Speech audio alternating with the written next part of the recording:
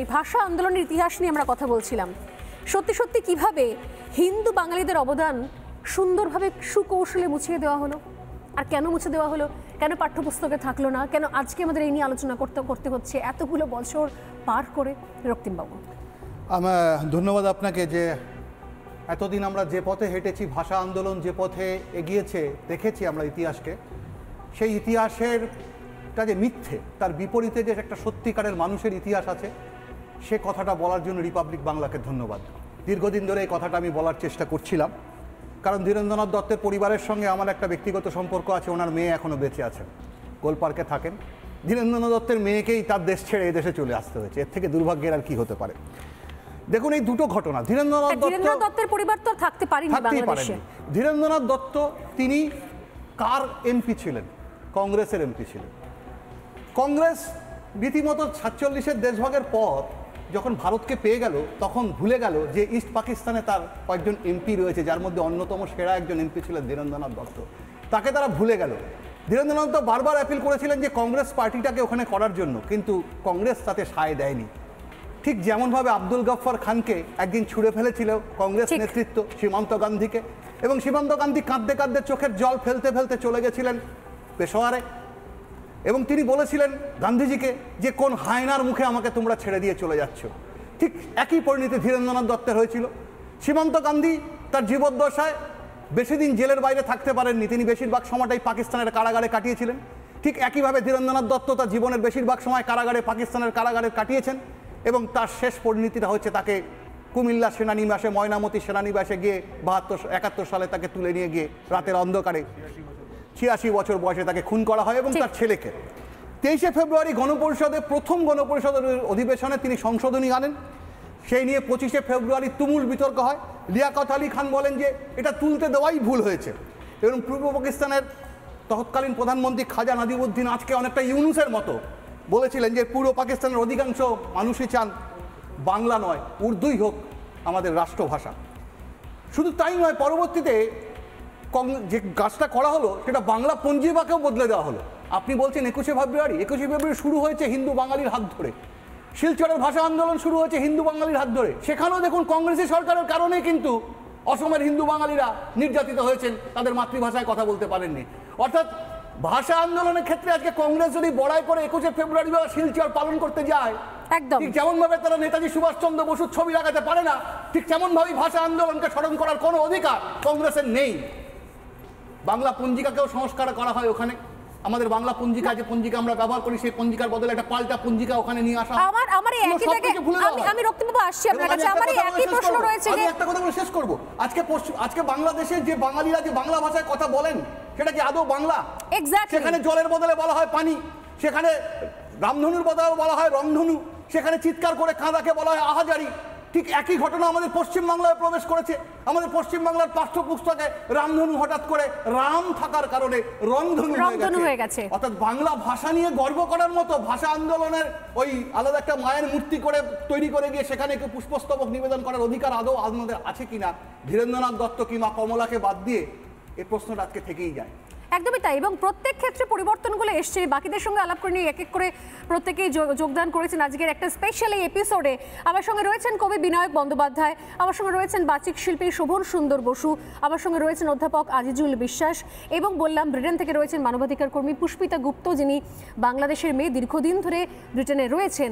বাংলা ভাষা নিয়ে কথা বলছিলাম। যারা এই বাংলা ভাষা দিবস, মাতৃভাষা দিবস পালনের সমস্ত ক্রেডিট নেন, অর্থাৎ বাংলাদেশের ভাই বোনেরা, আমার সত্যি আজকে প্রশ্ন কি আদৌ কি তারা এই মাতৃভাষা দিবস পালন করার অধিকার তাদের এখনো পর্যন্ত আছে, নাকি অধিকারটা তারা হারিয়েছেন?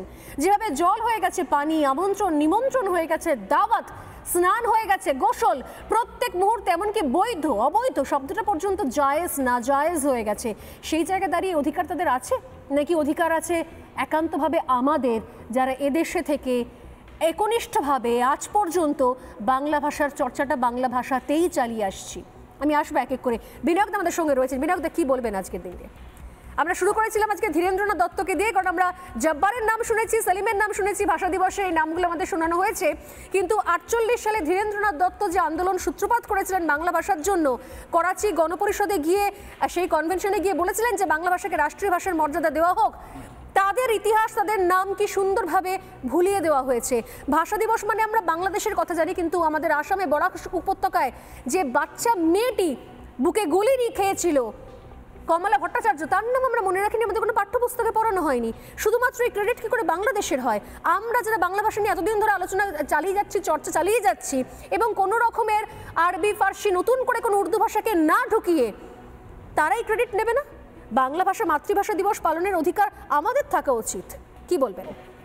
আমি খুব সংক্ষেপে কয়েকটি কথা বলবো। সবাইকে 21শে ফেব্রুয়ারির শুভেচ্ছা। সেটা হচ্ছে, প্রথমেই যেটা বলবো সেটা হচ্ছে, আমি খুব আশ্চর্যজনকভাবে বিগত 3-4 দিনে দুটি ফোন পেয়েছি আমার খুব প্রিয় একজন আবৃত্তিকারের এবং একজন পরিচিত এবং ভালোবাসার কবিরও। তারা দুজনেই বাংলাদেশের মানুষ, এবং ফোন দুটো না এলে আমি জানতেই পারতাম না অন্য একটা নাম্বার থেকে, আমি সব নাম্বারই ধরি, যে তারা বর্তমানে এই পশ্চিমবাংলায় আত্মগোপন করে আছেন। ওখানে যেতে গেলে তাদের একেবারে প্রাণ সংশয়, প্রাণে থাকবেও না। এবং তারা আমাকে এটাই জানানোর জন্য ফোন করেছিলেন, আমি যেটা জানলাম, যে তারা কিন্তু এখানেও তাদের মতো করে খুব সংগোপনে 21শে ফেব্রুয়ারি পালন করছেন, এবং তার ছবি তারা দেবেন কিনা সোশ্যাল মিডিয়া সেটা তাদের বিষয়, তাদের নিরাপত্তার বিষয়। কিন্তু তার মানে, এবং এটা বাংলাদেশেও যে ভাই বন্ধু যারা আছেন তাদের থেকে, যে বাংলাদেশে 21শে ফেব্রুয়ারি পালন করা মোটেই নিরাপদ নয়। অতএব যারা এখন বাংলাদেশের রাষ্ট্র ক্ষমতায় আছেন তারা কিভাবে এসেছেন, কি কি করছেন, সেসব নিয়ে তো অনেক কথা প্রত্যেক দিনই হচ্ছে, আজকে সেই বিজ্ঞানে নাই বা গেলাম। কিন্তু এটা একেবারে পরিষ্কার যে তারা কিন্তু বাংলা ভাষার কোনো উদযাপন চান না। হুমায়ুন আজাদের ভাষায় বলতে গেলে তারা পাকসার জমিন সাদবাদ, এটাই তাদের মুখ্য, এটাই তাদের বক্তব্য, এটাই তাদের কথা, এর বাইরে যেতে চান। আপনি যে অথচ আন্দোলনটা তো উর্দু ভাষার আগ্রাসনের বিরুদ্ধে হয়েছিল না, উর্দু ভাষার আগ্রাসনের বিরুদ্ধে আন্দোলন, কিন্তু আজকে আপনি তো দেখছেন যে অনেক স্টেটমেন্ট আসছে, অনেক এবং রাজনৈতিক পদে বসে থাকা লোক, মানে যে জন্য আন্দোলন হয়েছিল, যে জন্য রক্ত ঝরলো, আজকে সেই ভাষার কাছে আত্মসমর্পণ করেছে বাংলা ভাষা প্রতিবেশী দেশে। 30 লাখ হিন্দু মুসলমান নির্বিশেষে বাঙালির প্রাণের বিনিময়ে যে স্বাধীনতা এলো, তারপর তো এরকম কথা শুনছি আমরা যে পাকিস্তানের সঙ্গে মিশে গেলে ভালো হতো। কিন্তু আপনার প্রশ্নের যে দ্বিতীয় অংশ, আমি সেখানে একটু যাই, তারপরে আবার পরে সুযোগ পেলে বলবো। সেটা হচ্ছে, আমি নিজে এটা দেখেছি যে বাংলাদেশ থেকে এক কাপড়ে উদ্বাস্তু হয়ে চলে আসা বাঙালি, এবং সেই বাঙালি কিন্তু, বাঙালির মধ্যে তো অনেক রকম বাঙালি আছে, যে বাঙালি এসে হয়তো দক্ষিণ কলকাতায় সাউথ ফেসিং 4 কাঠা জমি পেয়েছে, উদ্বাস্তু কলোনিতে নিজেদেরকে সেই সময় বিপন্ন দেখিয়ে পরে তারা অনেক বিশ্ব প্রগতিশীল দেখা হচ্ছেন, তাতে কোনো অসুবিধে নেই, কিন্তু নিজের অতীতটাকে কোথাও একটা স্বীকার করেন না যে কিভাবে 4 কাঠা জমি এসেছিল, কি বলে অ্যাপ্লাই করতে হয়েছিল। তার বাইরেও একটা বিরাট সংখ্যক বাঙালি আছে যারা মাছ ধরতেন, যারা কৃষক ছিলেন, যারা দরিদ্র ছিলেন, যাদের দণ্ডকারণ্যে পাঠিয়ে দেওয়া হয়েছিল। আমার কিন্তু এই ছত্তিশগড়ের দণ্ডকারণ্য অঞ্চলে আমি দেখেছি তারা ভালো করে বাংলা ভাষা বলতে পারে না, কিন্তু তারা কিন্তু কোনো তারিখ নয়, কোনো 19শে মে নয়, কোনো 21শে ফেব্রুয়ারি নয়, তারা দেয়ালে একটা রবীন্দ্রনাথের ছবি এঁকে, নজরুলের ছবি এঁকে, বা রামকৃষ্ণ মা শারদার ছবি এঁকে তারা নিজেদের বাঙালিয়ানাটাকে বজায় রাখছেন। তারা বাংলা অক্ষর চেনেন না, গন্ডি ভাষায় কথা বলেন, কিন্তু আমি সেই বাঙালিকে প্রণাম জানাই। আর ক্ষমতায় গিয়ে যে বাঙালি বাংলা ভাষাকে অস্বীকার করে, বাংলা সংস্কৃতিকে অস্বীকার করে, আলপনাকে ধর্মীয় চিহ্ন হিসেবে চিহ্নিত করে মানুষকে হ্যারাস করতে চায়, সেই বাঙালিকে ধিক্কার জানাই। আমার মনে হয় এই যে রাহুগ্রাসের মধ্যে আমরা যাচ্ছি তা পেরিয়ে আবার কোথাও একটা, কেননা রাত্রির বুকে সকলেই অনন্ত সূর্যোদয়, কোথাও একটা সেই সূর্যোদয় হবে, আমরা বাংলা ভাষাতেই কথা বলতে পারবো এবং বাঙালি হিসেবে নিজেদের পরিচয় দেব। নানা ধরনের কন্টেন্ট দেখার জন্য লাইক করুন, শেয়ার করুন আমাদের ফেসবুক পেজ, সাবস্ক্রাইব করুন আমাদের ইউটিউব চ্যানেল। পাশাপাশি অন্যান্য ব্রেকিং নিউজের জন্য অবশ্যই চোখ রাখুন রিপাবলিক বাংলায়।